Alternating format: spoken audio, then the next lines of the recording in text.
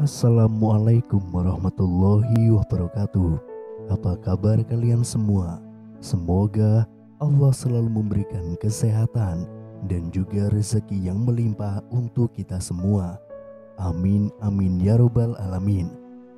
Bantu channel ini dengan cara subscribe dan semoga kisah ini bisa bermanfaat untuk kita semua. Terdapat beberapa orang yang meninggal dunia usai menghina Tuhan. Yang wajib diketahui supaya kita senantiasa meyakini agama dengan baik. Semua agama yang ada di dunia ini mengajarkan seluruh umatnya ke arah yang lebih baik dan kehidupan yang lebih terstruktur. Namun hal ini tidak berlaku untuk beberapa orang. Mereka senantiasa menghina Tuhan. Dan mirisnya, mereka meninggal dunia usai menghina Tuhan.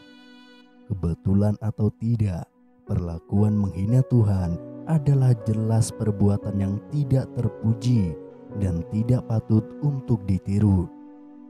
Tuhan dalam agama Islam, Kristen, Hindu, Buddha, dan agama yang lainnya selalu ada di sisi umatnya.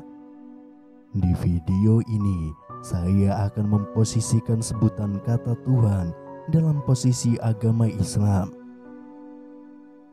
Allah selalu akan menolong serta memberikan rezeki yang tidak ada habisnya kepada umatnya.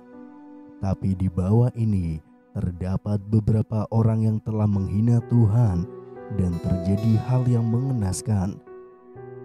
Thomas Andrew adalah seorang yang membuat kapal Titanic. Kapal yang sangat fenomenal di zaman itu. Titanic adalah kapal yang sangat mewah dan juga modern. Kapal Titanic dibuat dari bahan-bahan terbaik sehingga pembuatnya merasa kapal tersebut kuat terhadap serangan dan bahaya apa saja.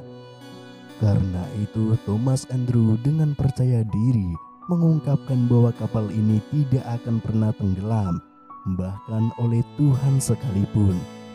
Tapi tidak lama berselang, setelah kapal Titanic bertolak menuju Amerika Serikat untuk yang pertama kalinya, kapal Titanic menabrak gunung es yang berada di Samudra Atlantik. Akhirnya kapal tersebut terbelah menjadi dua dan sampai tenggelam. Thomas Andrew merupakan salah satu penumpang yang ada di kapal tersebut dan tenggelam bersama dengan kapalnya. Kemudian Yesusa adalah seorang artis yang berasal dari Brazil.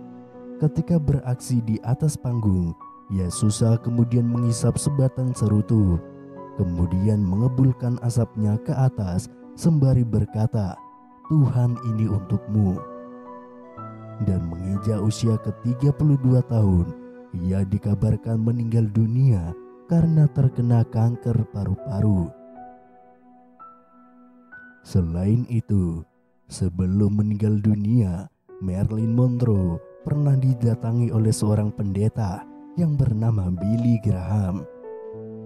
Berita kemudian mengungkapkan maksud kedatangannya kepada Marilyn Monroe, bahwa dirinya mesti menyampaikan sebuah hal yang diutus oleh Roh Kudus. Lalu Marilyn Monroe pun berkata, "Maaf, saya tidak butuh Yesusmu itu." Dan tidak berselang lama, ia ditemukan meninggal dunia di apartemennya. Selain itu, ada juga salah satu personel The Beatles, John Lennon. Ini dikenal sebagai orang jenius dalam mengaransemen dan membuat lagu. Ia pernah berbicara pada sebuah media yang mewawancarainya bahwa The Beatles lebih dikenal ketimbang Yesus. Bahkan dirinya berkata, siapa yang akan tenggelam terlebih dahulu, apakah Yesus dan ajarannya atau The Beatles? Fans dari seluruh negara mendengar omongan tersebut dan marah kepada John Lennon. Fans bahkan sampai membakar poster dan piring hitam John Lennon.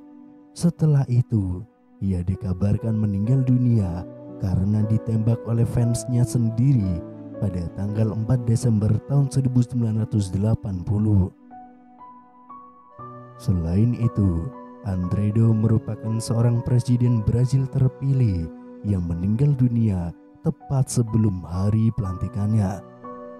Ketika sedang kampanye, ia pernah mengungkapkan bahwa bila memperoleh lebih dari 500.000 suara, maka tidak ada satupun orang yang berhak menghalanginya untuk menjadi presiden, termasuk Tuhan. Kemudian pada hari pemilihan, ia memperoleh lebih dari 500.000 suara dan maju sebagai presiden terpilih. Tapi naasnya, sebelum akhirnya menduduki singgasana presiden secara sah, Andredo Navis dinyatakan meninggal dunia terlebih dahulu. Kemudian ada Don Scott. Don Scott merupakan salah seorang musisi tahun 70-an yang merupakan mantan vokalis dari band yang cukup terkenal, yaitu AC/DC.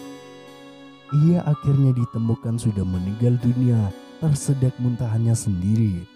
Don Scott dianggap menghina Tuhan karena lirik lagunya yang berbunyi, "Jangan hentikan aku sedang asik berjalan ke neraka." Kemudian ada juga salah seorang gadis perempuan yang melakukan pesta bersama teman-temannya. Kemudian diantar oleh sang ibu sembari berkata, "Tuhan bersama kamu."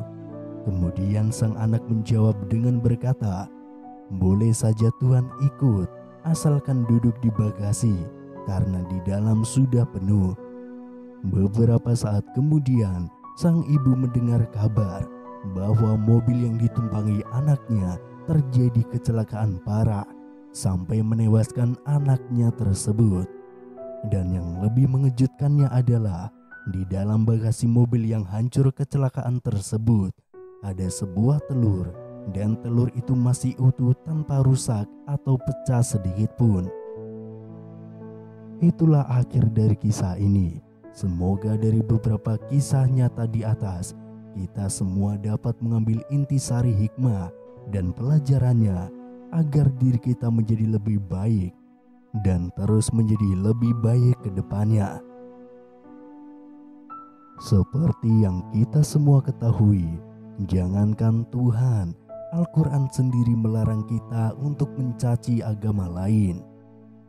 Al-Quran adalah cerminan akhlak Rasulullah. Salah satu di antara akhlak yang diajarkan Al-Quran dan diterapkan oleh Rasulullah adalah mengucapkan kata-kata yang baik dalam berhubungan sosial, termasuk menghindari mencela agama ketika berdakwah. Tentu ini menjadi sebuah peringatan bagi kita semua, khususnya dengan banyak dai-dai muda yang terkadang secara sengaja maupun tidak sengaja menjelekkan agama lain dalam ceramahnya. Dalam Quran Surat Al-An'am ayat 108 Allah berfirman, "Dan janganlah kamu memaki sesembahan yang mereka sembah selain Allah, karena mereka nanti akan memaki Allah dengan melampaui batas tanpa sadar pengetahuan. Demikianlah kami jadikan setiap umat menganggap baik pekerjaan mereka, kemudian kepada Tuhan tempat kembali mereka, lalu Dia akan memberitahukan kepada mereka apa yang telah mereka kerjakan."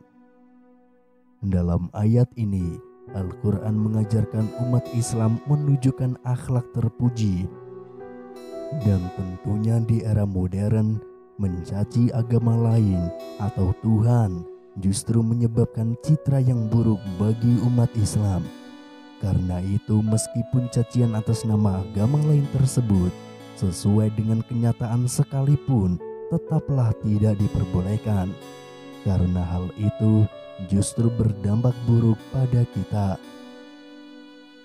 Penghinaan terhadap Tuhan sering dianggap sebagai dosa yang sangat serius dalam banyak agama dan keyakinan. Dalam agama-agama Abrahamik seperti Islam, Kristen, dan Yahudi, menghina Tuhan atau melakukan penistaan terhadapnya dianggap sebagai penghinaan terhadap keilahian dan kekudusan. Dalam agama-agama ini, dosa seperti itu sering dianggap sebagai dosa besar atau dosa maha besar yang bisa mendatangkan hukuman berat baik di dunia maupun di akhirat. Namun penting untuk diingat bahwa tanggapan terhadap penghinaan terhadap Tuhan dapat bervariasi tergantung pada keyakinan agama dan nilai budaya masing-masing individu.